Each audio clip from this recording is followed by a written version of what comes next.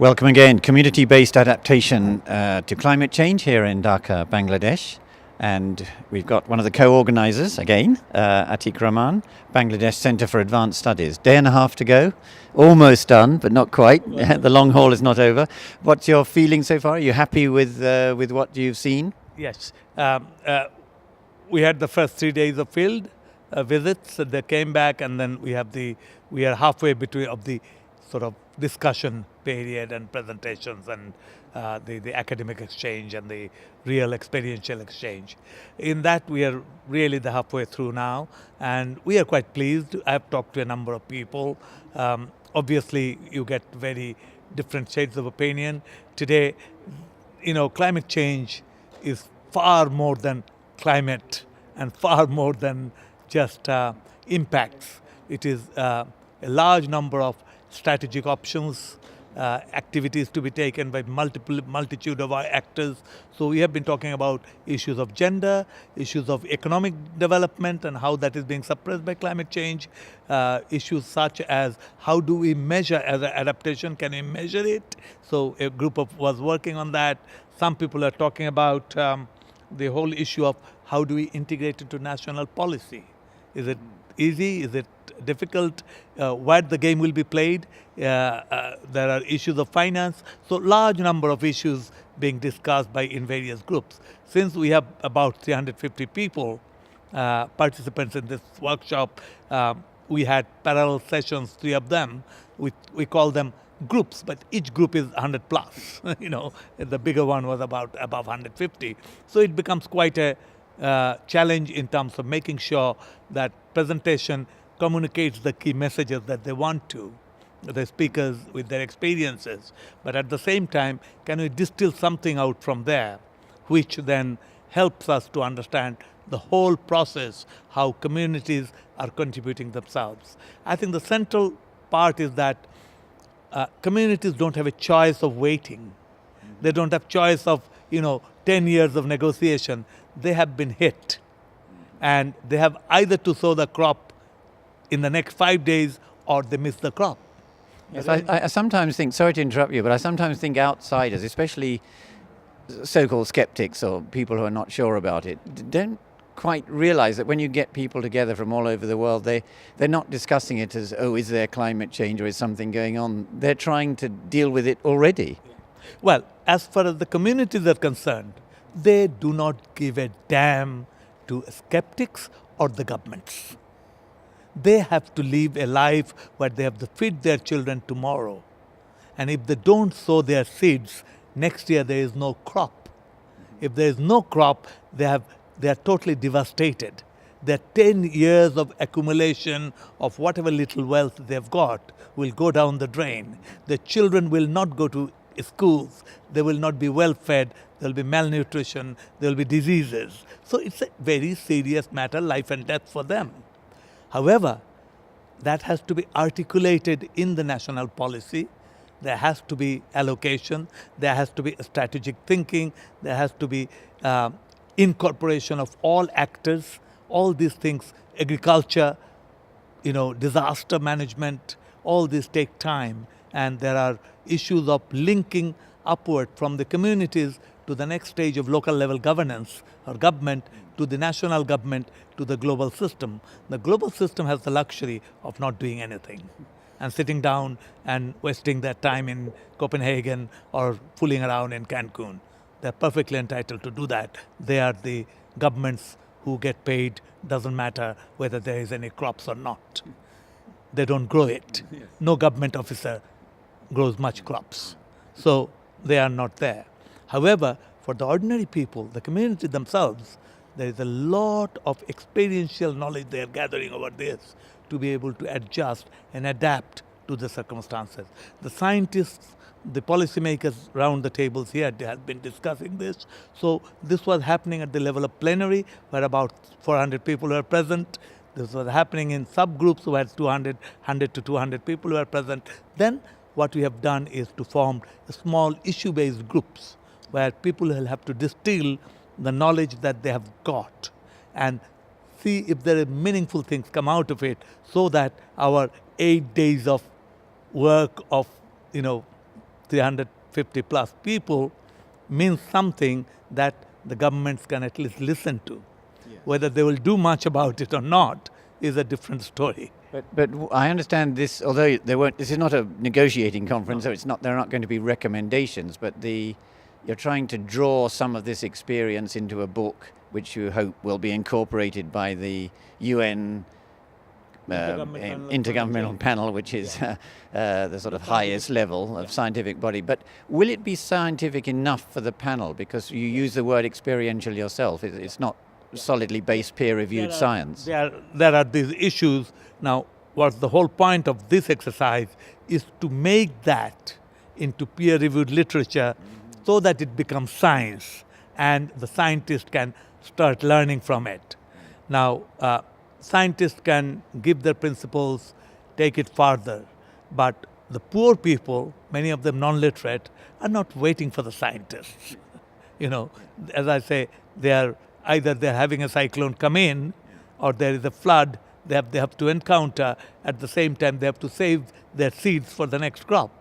It is a real challenge. They have to dry their fuel so that when the monsoons come, they will be able to have the cooking going so that children are fed. At the same time, if there is a drought, they can save their animals so that the next round they get their crops out. So all these are real life issues, but we are trying to pull it together through this mechanism of exchange here, which is an interaction between scientists, policymakers, practitioners, and field-oriented people, where there is some common understanding of where the science, where the knowledge base is, and what can we take, what can get into the knowledge process, what can get into the policy process, what can get into the whole financial mechanism, and how can we bring some financial support and succor to the people who are being disbenefited right now. Whether there's climate change, whether there is impacts, this is not a choice that these people have. This is a choice for congressmen and others in US Congress sitting down and saying no, no, no to everything. So that's a choice they can afford because, well, somebody's paying them, whether it's lobbyists or whoever, to make a better life for themselves. So they can do it at the cost of the poor. The truth of this reality is one of the hardest realities that poor are already paying. It is the rich of the rich countries who are not yet paying. Right. And it's time they start paying. And later it's going to haunt them that faster. And not only that, there will be millions of people who will be displaced. And they will be occupying the spaces in those countries. There is no power on earth that's going to stop that.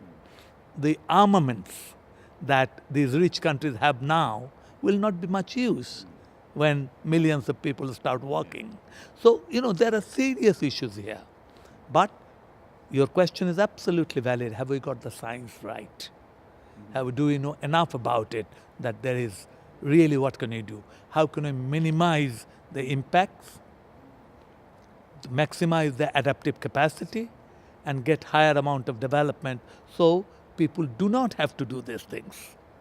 Because we have done research with the communities in the coastal areas of many countries, in the desert fronts where desertification is increasing. Nobody wants to leave their own land. They do not want to leave their own homes.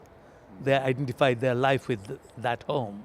You might know the story of Maldives, that they are trying to buy land because they will be inundated and they will be lost. And I asked one of the ministers that you can afford, because you are a tourist-based country, you can afford to buy land somewhere else in another country. You are a tiny number of people in your country. They said, yes, we can do that. But my grandfather, my great-grandfather, my father's grave is in Maldives. I am no good without these graves, and I have to go there every day to see what's going on. So this is one of those tragedies that we are living with. And one of the surest way is to get the science that is right, making sure it's replicable, that we can go beyond what is just happening in 10 places, 100 places, 1,000 places. How can we replicate? This is the scaling up issue. So much of the discussions that was happening today was we were trying to focus this. But obviously each experience and each presentation is different, comes from different experiential background, but the themes have to be pulled together to make it science so that we can replicate it for the future. And I know as an organizer, you're kind of busy and making sure that, as you say, everyone comes back from the field trip safe and sound and everybody wants to come and say hello and they've all got their complaints. But I don't know how much time you've had to be around the actual conference, but have you managed to pick up on any, new thinking, new buzzwords, new trends, or heard evidence or new people? There has been, concerns expressed by many participants saying this is getting too big, a conference. Is 350 people in a subgroup of 100, is it a good way to communicate? Now, we are thinking about seriously, but the demand is high. There are lots of people across the world concerned about it. There are governments waiting to make policy decisions, and they need some advice. They need some appropriate, scientifically valid advice that they can work on. So it's the pressure under which everybody is working, and the pressure of climate change for us is very real. We feel it every day. The people we meet, the policymakers we meet.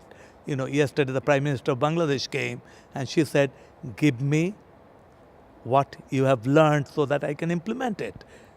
Only that was yesterday. Today she has set an appointment so that we go and present to her what we have found in here. And the chairman of the Intergovernment Panel of Climate Change will be here. So he has been invited. So, these progresses are being made. So it's not all up in the air. There are practical areas where it goes. Above all, the real practical aspect is, do we scientists learn enough that we can feed back to the farmers and the fishers and the herdsmen and the ordinary communities across the world, the forest living people, that they can do something useful with the knowledge that we hope to assimilate and synthesize here. I suppose anyone of all the people who can be trusted with handling large numbers of people, it's a Bangladeshi. You know about large populations. But one way of tackling the sort of ever-increasing demand and size might be to do it by climatic zones, so that people suffering similar problems, say, edge of a desert, could get together, because they're going to really swap experiences, are they, rather than having everybody coming in? Absolutely. This is what we are thinking. Maybe every alternate year will do it regionally, if not ecosystem-wise. Getting an ecosystem of 20, all the continents might make it quite difficult, but maybe do it Asia. We did that, in fact, last time in Africa, which was focused on Africa, and a lot of people came from other continents as well. There is the likelihood that next year, which is the 6th World International Conference, will be on Asia, maybe Latin America. We'll discuss it, decide on the final day. There are some volunteers who wants to take that. But then the following year, we have to pull all these groups together again to see, have we got some science out of it? And these are challenges that we are really facing. Now, let's remember that the Intergovernment Panel of Climate Change by 2013 will start finalizing their report. There has to be, by 2012, enough information go into that. So these are the times and opportunities to do that. Okay, I have one final question, personal question for you. How do you fit personally? You have a sort of natural ebullience, and you keep going, and you've been in the development field for years and years, and yet you're still positive. And it's not easy sometimes. The world seems to be against sensible policies on development and climate, and the inactivity at a government level you referred to. How do you personally match these two things? A rather bleak outlook on many fronts, and yet it's no good giving in and caving in, otherwise no one's ever going to do anything. Yeah, it's a difficult one. One has to be reasonable, rational, and know the limits. My own organization, we are 100 people. There's only so much we can do, and climate is not the only thing we do. We do agriculture, forestry, fishery, global linking the poor with the poverty, just not climate change, with the poverty to the global poverty system management and all that. So we do a lot of other work. And obviously, there are demands for us to go and speak all over the world. So we have to match it. Now, how do we combine that with personal enthusiasm? Well, I don't think there is a choice on that one, because giving up is not a solution, as you rightly say. And to enthuse, what I see very, very interesting, when I started my career from a, academic solid state chemist teaching at Oxford University and doing the right sort of sounds on chemistry, physics, or whatever, and moved into more applied ways, and we realized immediately that it has to be kept on. The younger people are becoming more interested, and their interest, they need knowledge. When we were doing early days in the mid-70s, anything we said almost became environmental science, because there wasn't a book and etc. department. Now that has happened. In the last 10 years, many things we have been saying become climate change science. And we have to verify it, we have to test it, but now many of them has become that. Now younger people are coming in and they are looking for job opportunities, they are looking for solutions to the problem, and they're being very sympathetic to the causes of various groups across the world, though their parents have not done that well in terms of managing the planet. I don't know whether when they become 21 or 22, whether they will become equally cynical and destroy the planet whole day and tell their children whole night that save the planet. So this hypocrisy, has to be managed somehow. But we meet some very, very interesting people in this conference. I'm sure at least half the people are idealists who want to change for a better world. And there has to be some place and some groups. We pull together many, many groups here to at least energize ourselves for looking to a brighter future. Okay, I'm going to stop there. It's reasonably positive. So thank you very much, Atiq Rahman, Bangladesh Centre for Advanced Studies, and a co-organizer. He's off. Thank you very much. Bye-bye.